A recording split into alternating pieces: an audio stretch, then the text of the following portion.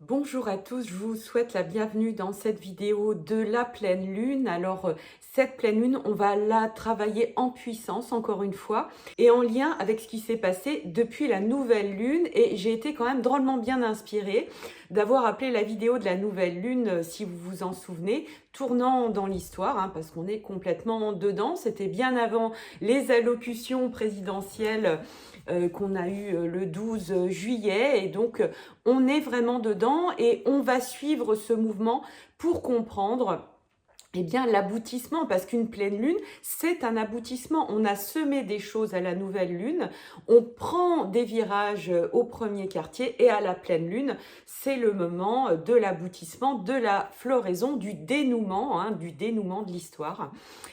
Voilà, donc on va parler de ça pendant cette vidéo, et juste avant, je voulais vous inviter parce que j'ai eu beaucoup de personnes qui m'ont posé des questions par rapport à mes coachings, et donc je me suis dit que ça serait bien d'en parler en direct. Donc je vous propose un live jeudi prochain pour répondre à toutes vos questions en fait par rapport à ces coachings. Ça s'adresse à tous, évidemment. Je fais beaucoup du coaching business, c'est-à-dire que c'est pour faire des sauts quantiques dans votre entreprise et vraiment exploser par rapport à qui vous êtes au plus profond de vous, et prendre votre puissance dans cette vie professionnelle, dans votre aura sociale. Et ça s'adresse évidemment à tous les domaines. On peut mettre vraiment de la magie dans tous les domaines de vie, qu'on soit thérapeute, avocat, garagiste, voilà, que sais-je, enseignant, ça peut être vraiment dans tous les domaines de vie. L'intérêt de ces coachings business, c'est d'aller vraiment ancrer dans la puissance et prendre pleinement sa place, mais dans le monde, pour avoir des résonances très fortes. Mais mes coachings, évidemment, je les travaille dans toutes les dimensions, parce qu'on sait bien qu'une problématique professionnelle, il s'agit parfois d'aller dénouer une question amoureuse, d'aller dénouer une mémoire en lien avec l'argent, d'aller dénouer quelque chose par rapport à des peurs. Et moi, c'est vrai que j'aime appuyer là où il faut, pour dénouer les choses. Donc ça s'adresse en fait à toutes les personnes qui ont envie de faire des sauts quantiques dans leur vie. Donc je vous invite jeudi 22, ça sera à la Saint-Marie-Madeleine, je viens de voir ça à l'instant, donc je trouve ça très joli. Et donc ça sera à 19h, évidemment c'est gratuit. On pourra aussi en marge discuter un petit peu de toute cette actualité, mais ça ne sera pas le noyau du truc. L'idée c'est vraiment de répondre à vos questions pour vous, si vous avez envie de vous lancer dans mes coachings, ou en tout cas si vous commencez à vous poser des questions et que vous avez envie de renseignements. Voilà, donc vous avez le lien d'inscription sous la vidéo par rapport à tout ça. Je serai très très heureuse de vous accueillir et d'échanger en direct avec vous. Et évidemment maintenant, on va parler de cette pleine lune absolument incroyable. Alors, le schéma de la nouvelle lune, je vous le rappelle, c'est un schéma très complexe, et je vais le rappeler un petit peu parce que c'est la semence de cette fleur, de ce fruit qui va être porté au moment de la pleine lune. Et sur ce schéma dont j'ai parlé à la nouvelle lune, eh bien, il s'agissait d'aller toucher tout ce qui peut nous faire peur par rapport au pouvoir. Alors il peut y avoir des personnes, et là ça devient tout à fait flagrant évidemment, qui peuvent nous inquiéter, qui peuvent ou nous fasciner, ça marche aussi. Il s'agit vraiment d'aller voir, ok, qu'est-ce que ces personnes qui m'inspirent le pouvoir vont faire vibrer dans mes tripes, en quoi ça me parle de mon propre pouvoir. Et donc, c'est ça qu'on a semé à la nouvelle lune, cette nouvelle lune qui s'est passée le 10 juillet.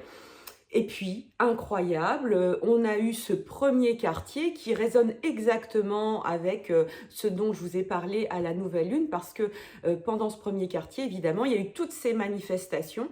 Le premier quartier, c'est un aspect de tension, c'est un aspect de prise de position, c'est un aspect de risque.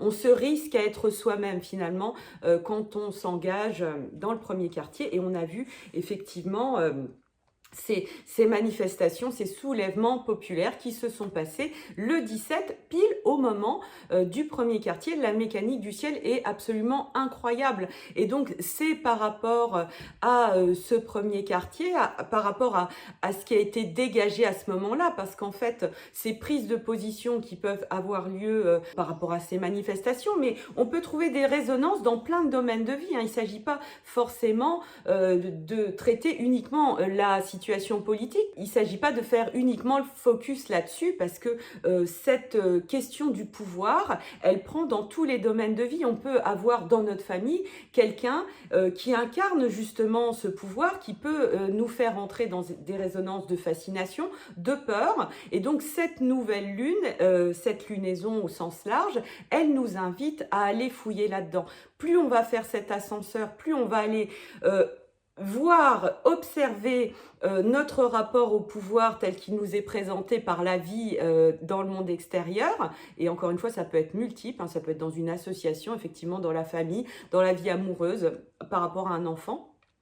Et puis évidemment au niveau politique, plus on va aller voir en soi qu'est-ce que ça va toucher, quel est peut-être, puisqu'il s'agit de pouvoir, ce sentiment d'impuissance qui est touché chez soi. Et à partir du moment où on va s'autoriser à regarder, et ce qui est très intéressant en ce moment, c'est d'aller oser regarder ce qu'on n'a pas envie de regarder chez soi. C'est là que ça va être intéressant, c'est là où on va trouver le fuel pour retrouver notre floraison et trouver notre lieu d'expression avec le lion.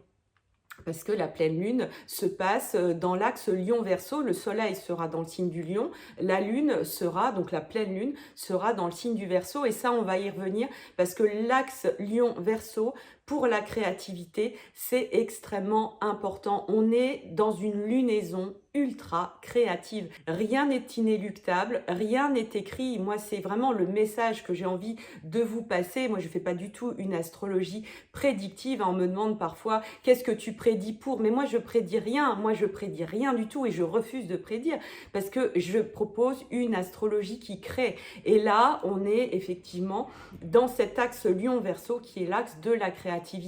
La créativité qui part de l'individu, qui part de ce rayonnement individuel qui est tellement puissant dans le lion, avec le soleil qui est là, qui va vraiment éclairer ça, et dans le Verseau, qui est cette somme d'individus ultra créatifs qui vont se mettre ensemble, qui vont créer des synergies, chacun dans leur diversité et leur unité aussi, parce que quand on est complètement soi-même, finalement, on est dans une forme d'universalité. C'est ça qui est intéressant, c'est que dès qu'on veut rassembler en cherchant à faire l'uniformité, donc tout le monde pareil, ça marche pas. C'est pas ça la richesse de la vie. Et le zodiaque nous invite vraiment à aller contacter la complexité, la richesse de la vie. C'est-à-dire que l'axe Lion-Verseau qui va être éclairé, il nous invite à être dans cette universalité. Et là, je vous montre le schéma d'aujourd'hui qui est extrêmement simple. Alors, celui de la nouvelle lune, autant il était très complexe, mais très clair. Hein, en tout cas, c'est ce que vous m'avez renvoyé. Celui de cette pleine lune, ce qui est venu, ce qui m'a été inspiré, c'est extrêmement simple. C'est cette pleine lune qui vient éclairer avec des rayons multicolores, où on voit bien qu'il y a une unité, on voit bien que c'est très beau, on voit bien que c'est très, très puissant, et en même temps, c'est multicolore. Donc, il y a une diversité.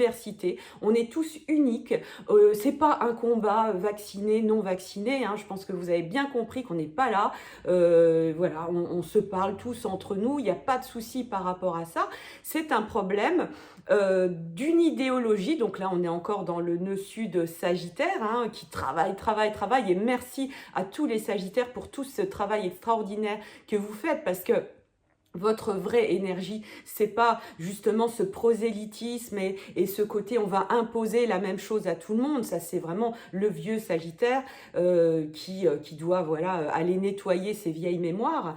Le Sagittaire, c'est vraiment cette foi, cette confiance absolue que tout va bien se passer. Et moi, je suis vraiment intimement persuadée, quand je vais au fond de mon signe du Cancer, de mes entrailles, de mon enfant intérieur, il sait que tout va bien, malgré les apparences. Et les apparences pourraient être trompeuses assez rapidement, mais à chaque fois, il s'agit vraiment de se ramener à ça. Et donc, voilà, on est vraiment dans cette unité avec cette pleine lune. Cette pleine lune qui va se passer dans le signe du Verseau. Le signe du Verseau, il nous inspire pas quelque chose d'uniforme. Au contraire, on est dans des recherches d'humanisme, on est dans des recherches de tolérance, on est dans des recherches de synergie, de synchronicité. La synchronicité, elle se passe pas par un contrôle, elle se passe par une foi, elle se passe par un respect, et puis par un dialogue, par beaucoup de débats, par beaucoup d'échanges, mais des échanges où on n'est pas là à venir échanger plein de ses certitudes. Quand on aborde l'autre, il s'agit de l'aborder avec des questions, avec écoute, je sais que tu es très intelligent ou je sais que tu es très intelligente, donc je m'interroge, je comprends pas ton point de vue, est-ce que tu peux m'en dire plus? C'est ça la dynamique du Verseau, c'est ça, c'est pas j'explique sur 15 lignes avec tout un chapitre, toute ma connaissance et je te l'impose. Ça ne veut pas dire que on va pas écouter. Moi, en ce moment, je regarde plein de personnes qui sont très inspirantes, qui vont lire des grands discours, qui vont être vraiment très professorales, et c'est pas dérangeant parce que je choisis de les écouter. Hein. Je suis pas en jugement par rapport à ça. C'est pas ça du tout, parce qu'on n'est pas dans un débat.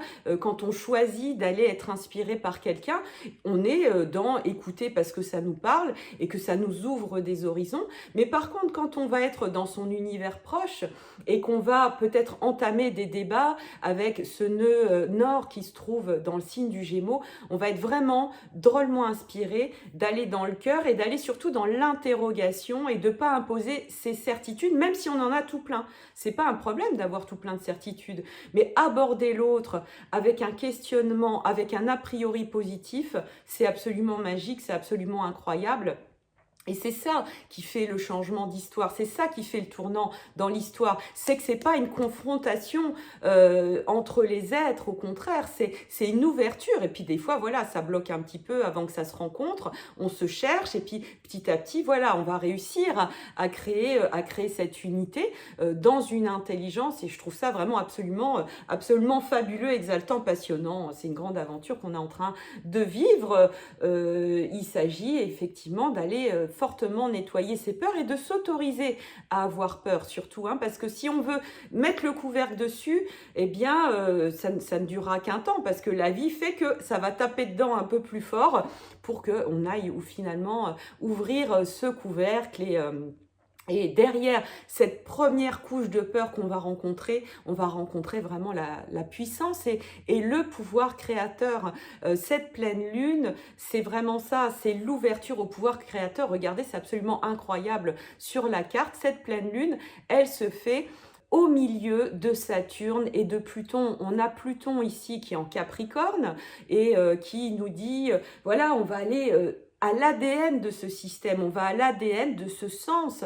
Pluton, il n'est pas là pour être méchant, pour tout détruire, il est là pour dire quel est l'essentiel là-dedans. Est-ce qu'on n'a pas envie de réaimer ce système humain absolument fabuleux, toutes ces lois qui ont été posées pour finalement nous protéger? Comment on va pouvoir les réaimer? Comment on va pouvoir réaimer toutes ces structures et ne pas les abandonner au tout et n'importe quoi? Et donc on va vraiment à l'ADN du cœur. Pluton pour moi est une planète du cœur parce que elle est sans concession, hein. Tout ce qui n'est pas amour va être détruit avec Pluton finalement, et la lune qui est là, elle nous inspire effectivement cette grande fraternité. C'est assez sans concession finalement le Verseau, on est un peu dans du no concession en ce moment, hein. Donc c'est pour ça que c'est très important d'être tout le temps centré, de faire beaucoup de travail méditatif, d'être beaucoup voilà, dans ce cœur de soi-même, dans ce cœur de la pureté de l'enfant intérieur, parce que c'est dans cette pureté qu'on va réussir finalement à se relier à l'autre. Ça ne veut pas dire que tout se passe en zazen, hein. Moi,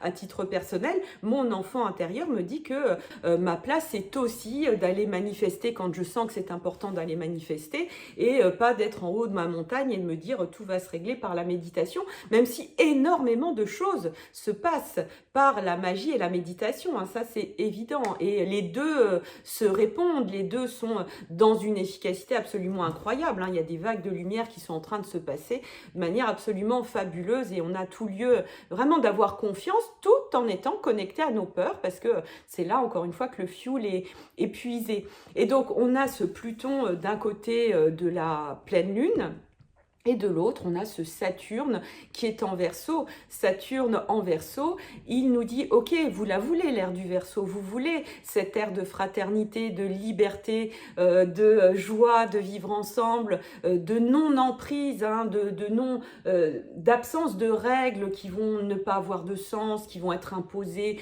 de forçage, de toutes ces choses-là. C'est ça l'ère du Verseau, hein, très clairement.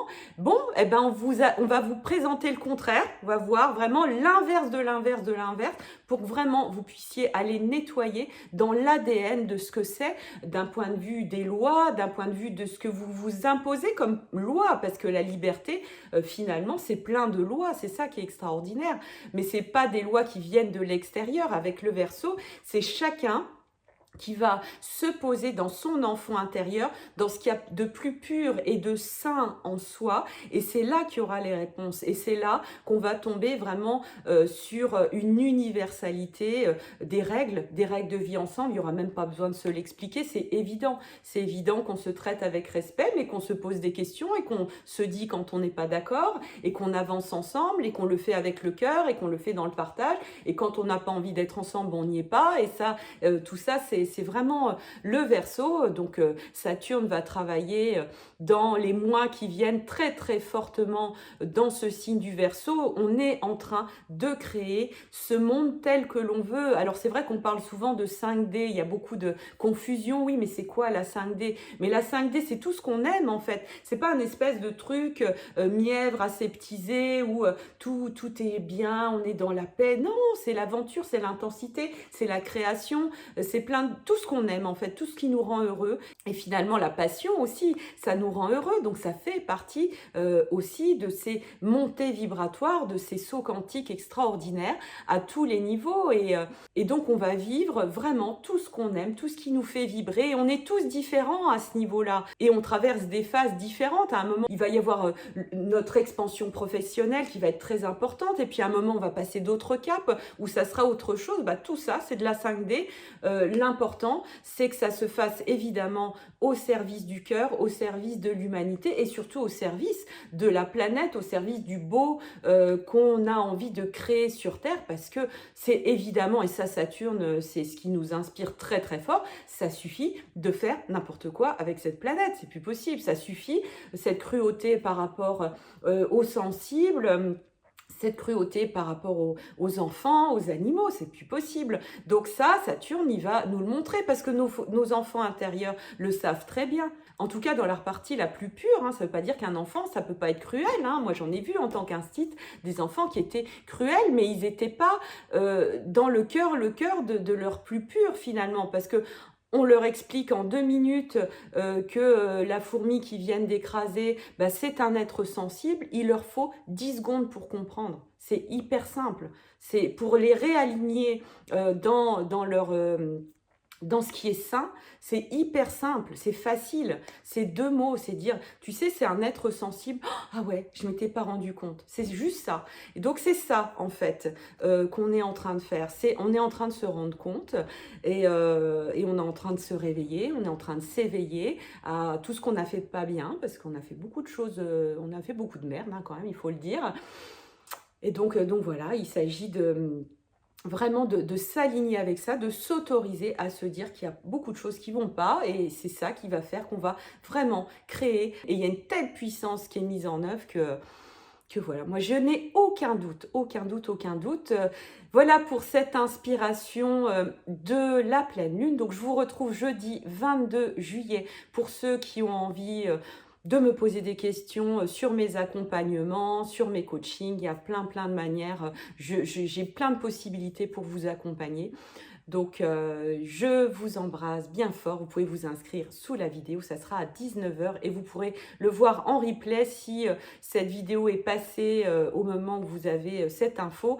En vous inscrivant, vous aurez accès au replay. Donc, vous pourrez avoir quand même les renseignements. Je vous embrasse bien fort et je vous dis à très bientôt pour de nouvelles aventures.